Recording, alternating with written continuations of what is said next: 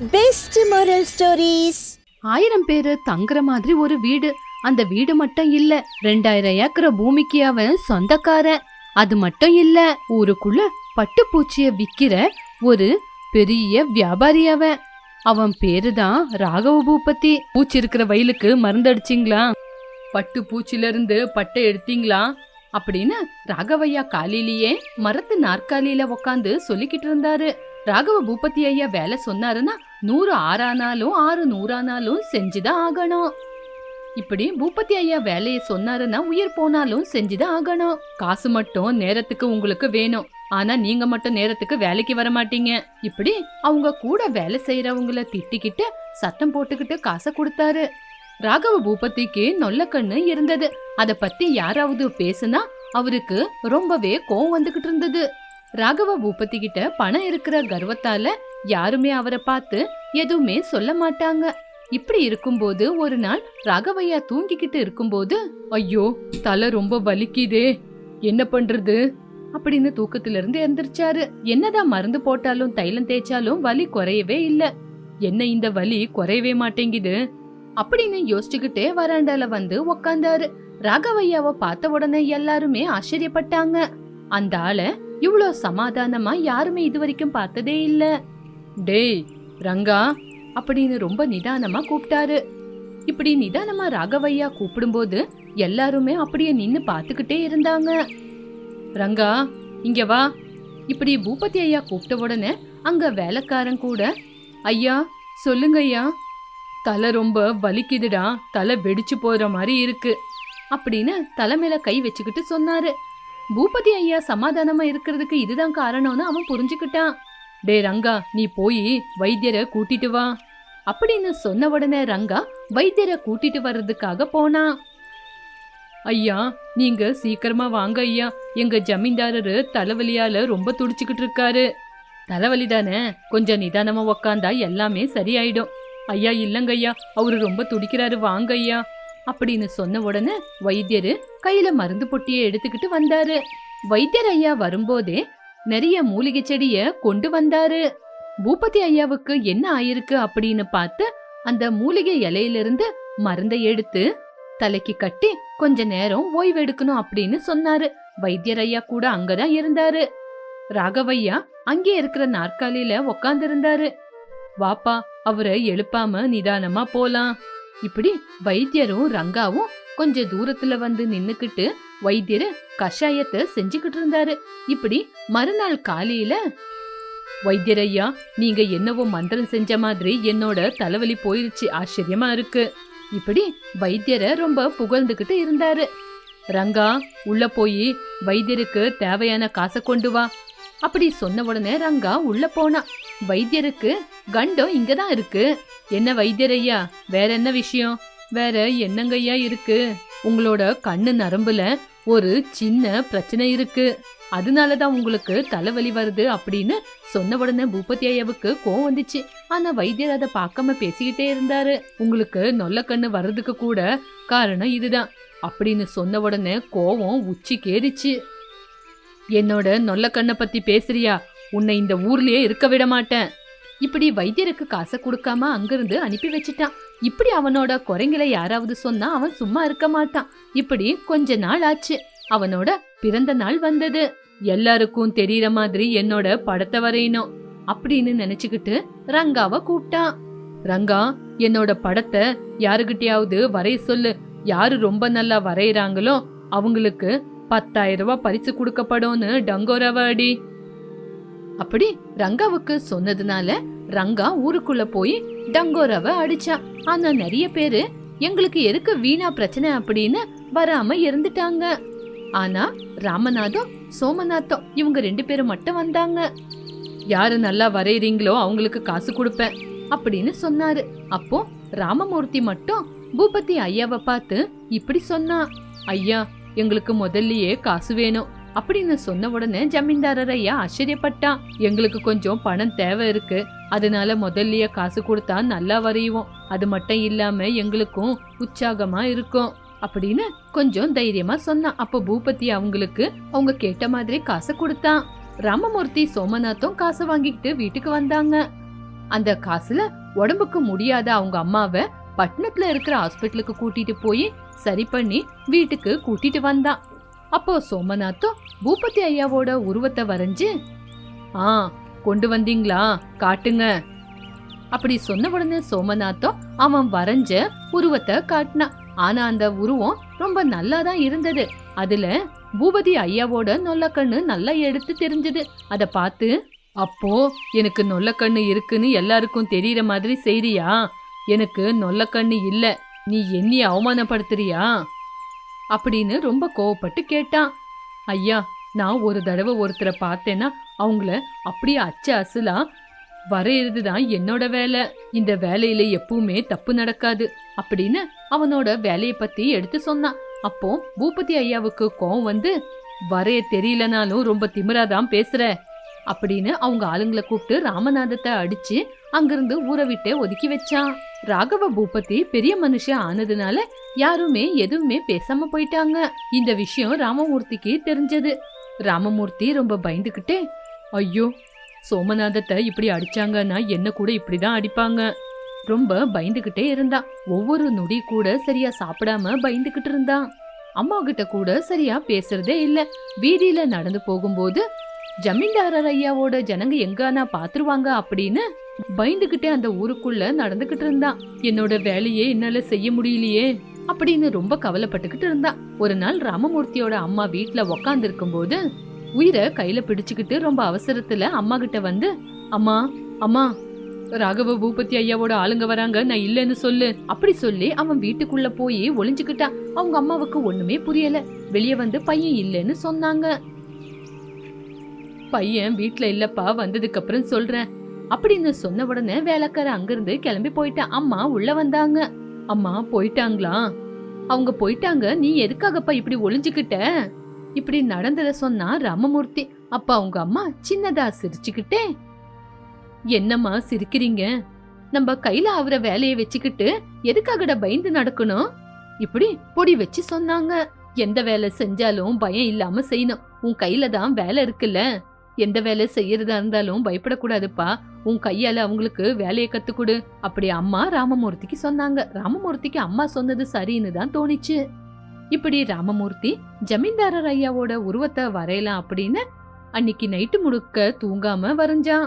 ஜமீன்தாரர் ஐயா அதை பார்த்து சந்தோஷப்படுற மாதிரி ஜமீன்தாரர் ஐயா ஒரு கண்ணை மூடிக்கிட்டு வேட்டையாடுற மாதிரி அவரோட உருவத்தை வரைஞ்சு, ஜமீன்தாரர் ஐயா, உங்களை பார்த்தா புலிய வேட்டையாடுற மாதிரி இருக்கு, அதனாலதான் புலிய வேட்டையாடுற மாதிரி உருவத்தை வரைஞ்சேன். உங்க புகழை பத்தி முன்வர வருஷத்துல கூட எல்லாரும் பேசப்படணும் அப்படின்னு சொன்ன உடனே பூபதி ஐயா மூஞ்சில ஒரு தெளிவு வந்தது. சொல்லு, உனக்கு என்ன வேணும், என்ன கொடுக்கணும் நான் உனக்கு அப்படின்னு ரொம்ப சந்தோஷப்பட்டு சொன்னாரு.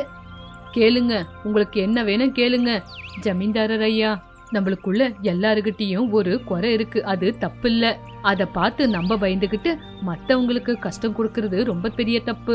இப்படி அவனோட மனசுல இருக்கிறத தெளிவா சொன்னான். பூபதி ஐயா அத கேட்டு, நீங்க எனக்கு கொடுக்கற பரிசு அப்படின்னா இந்த ஊரை விட்டு ஒதுக்கி வச்ச அந்த சோமநாதனை உள்ள கூட்டிட்டு வாங்க, எனக்கு கொடுக்கறதுல பாதி அவனுக்கும் கொடுங்க அப்படின்னு சொன்ன உடனே ஜமீன்தாரர் ஐயா கூட கொஞ்ச நேரம் யோசிச்சு, அதுக்கு ராமமூர்த்தி சொன்னது சரி அப்படின்னு தாம் பண்ணது கூட தப்பு அப்படின்னு உணர்ந்து சோமநாதனுக்கும் கொடுக்க வேண்டியதை கொடுத்தாரு.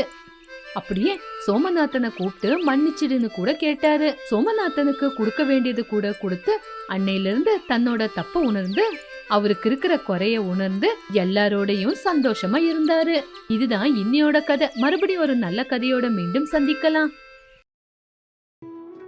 சுரேந்திரா அப்படிங்கிற ஒருத்த தன்னோட புள்ள பொண்டாட்டி கூட கைலாசபுரம் அப்படிங்கிற கிராமத்துல வாழ்ந்துகிட்டு இருந்தான். அவனுக்கு கொஞ்சம் வயல் இருந்துச்சு.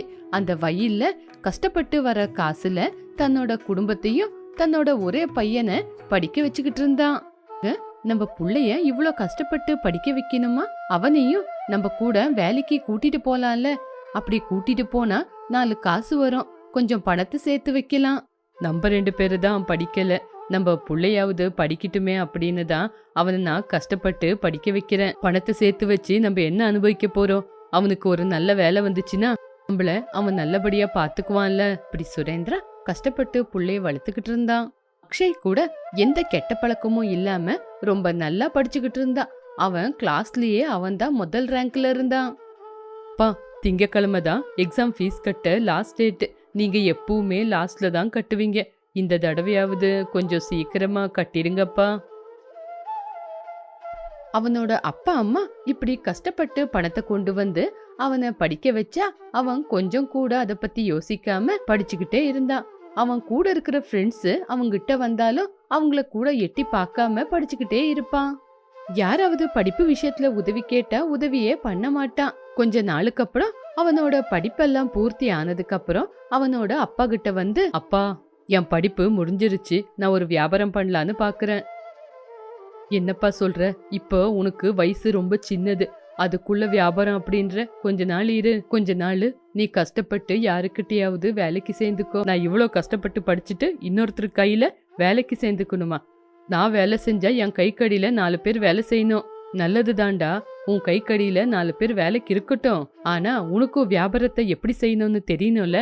நீ இன்னொருத்தர் கை கீழே வேலை செஞ்சா வியாபாரம் அப்படின்னா என்னன்னு உனக்கு தெரியும்ல. அதெல்லாம் எனக்கு தெரியும்பா. 1 லட்ச ரூபா காசு இருந்தா நான் வியாபாரத்தை ஆரம்பிச்சிருவேன்.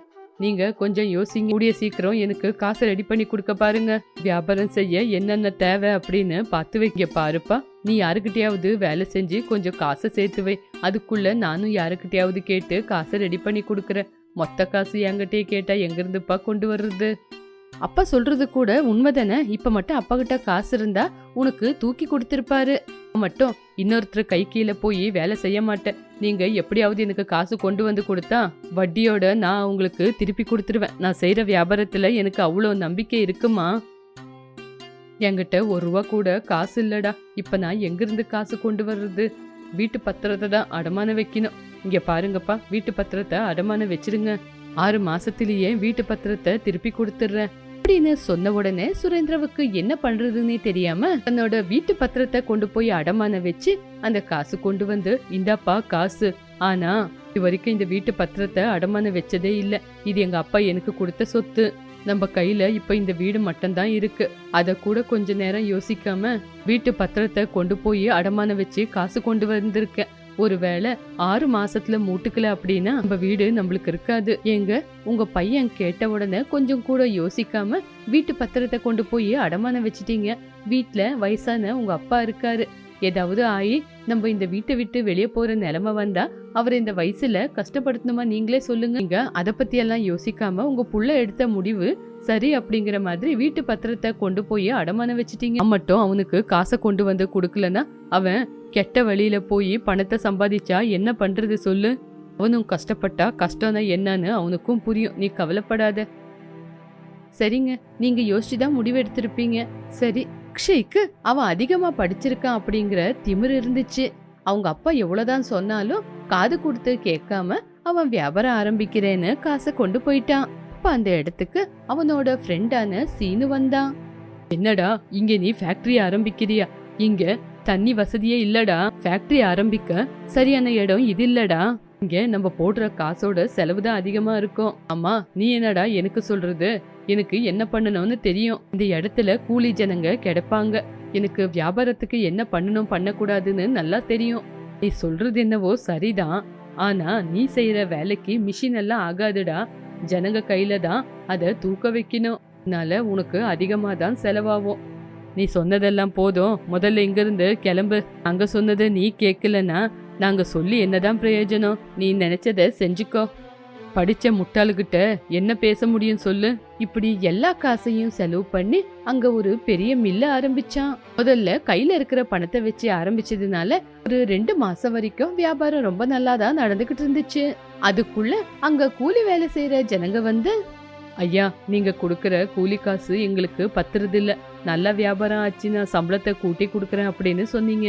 இப்பதானே இந்த மில்ல ஆரம்பிச்சிருக்கேன். கொஞ்ச நாள் யோசிச்சு வேலை செய்யுங்க, அப்புறமா நான் சம்பளத்தை கூட்டி கொடுக்கறேன். இங்க மில்ல ஆரம்பிச்சு 2 மாசம் ஆச்சு. எங்களுக்கு சம்பளத்தை கொஞ்சம் அதிகமா கூட்டி கொடுக்கறோம்னு சொன்னீங்க. இவ்வளவு நாள் ஆனாலும் எங்களுக்கு கூட்டி கொடுக்கல. எனக்கு என்ன செய்யணும்னு எனக்கு தெரியும். மரியாதையை நீங்க போய் வேலை செய்யுங்க. இப்படி வேலை செய்யற ஜனங்க கிட்டயே திமிர காட்டினதுனால அந்த ஜனங்க நின்னுட்டாங்க. இப்படி நாளுக்கு நாள் ஒவ்வொருத்தரா வேலைக்கு சேர்ந்துகிட்டு இருந்தாங்க. இப்படி நாளுக்கு நாள் தனக்கு நஷ்டம் வந்ததுனால கூலி வேலை செய்யற ஜனங்களுக்கு கூட சம்பளத்தை கொடுக்க முடியாத மாதிரி ஆயிடுச்சு. வெயில் அதிகமா ஆனதுனால போர்வெல்ல சரியா தண்ணி வரல. கூலி வேலை செய்யற ஜனங்க கிட்ட பக்கத்து கிணத்துல இருந்து தண்ணி கொண்டு வர சொல்லுங்க.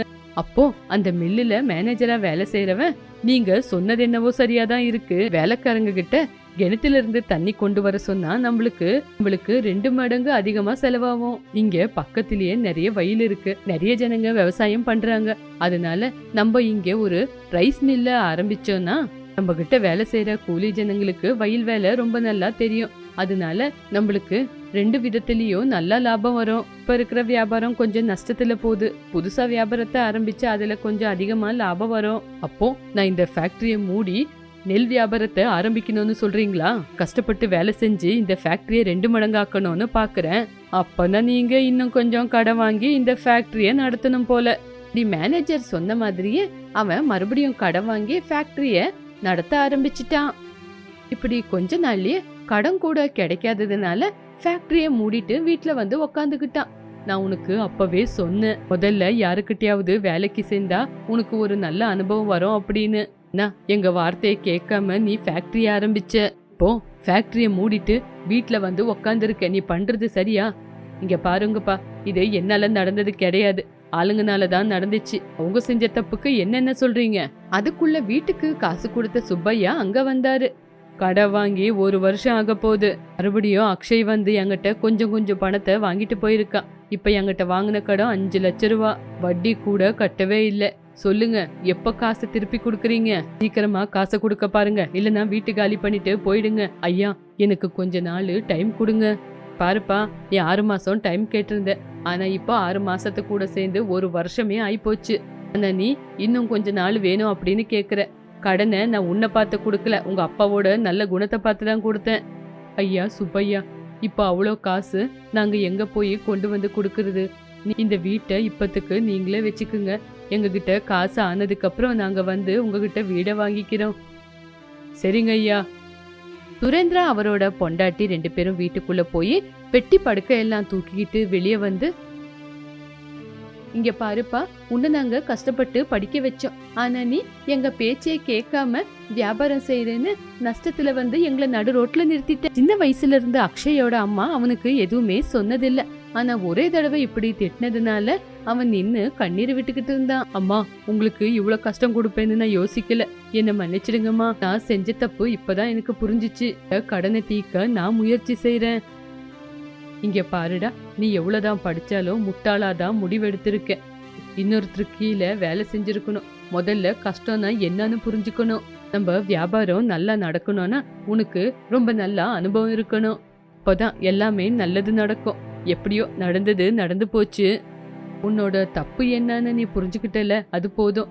அப்பா, நான் இன்னைக்குல இருந்து வேலை தேட போறேன். பாருப்பா, நான் பட்டணத்துல இருக்கிற என்னோட ஃப்ரெண்டு கிட்ட உனக்காக வேலை கேட்டிருக்கேன். நீ நாளையில இருந்தே பட்டணத்துக்கு போய் வேலைக்கு சேர்ந்துக்கோ. அந்த ஃபேக்டரிய உன்னோட ஃப்ரெண்டுக்கு கொடுத்து அங்க நீ ஒரு ரைஸ் மில்ல வை. இப்படி அதை வித்து வந்த காசுல சுப்பையாக்கு கொடுத்தனா நம்ம வீடு நம்மளுக்கு திருப்பி கிடைக்கும். சரிங்கப்பா, நீங்க சொன்ன மாதிரியே செய்யறேன். என்னோட தப்ப திருத்திக்க எனக்கு ஒரு நல்ல வாய்ப்பு கிடைச்சிருக்கு, அப்படியே செய்யறேன். ஒரு மனுஷனுக்கு படிப்புங்கிறது இருக்கணும், ஆனா படிச்சிருக்கன்ற அளவுக்கு மீறி திமிர் இருக்க கூடாது. அப்பா அம்மாவுக்கு எப்பவுமே கஷ்டத்தை கொடுக்க கூடாது. இப்படி கொஞ்ச நாள் கஷ்டப்பட்டு வேலை செஞ்சு சுப்பையாவோட கடனை தீர்த்து தன்னோட வீட்டை திருப்பி வாங்கினான். இதுதான் இன்னைய கதை. மறுபடியும் ஒரு நல்ல கதையோட மீண்டும் சந்திக்கலாம்.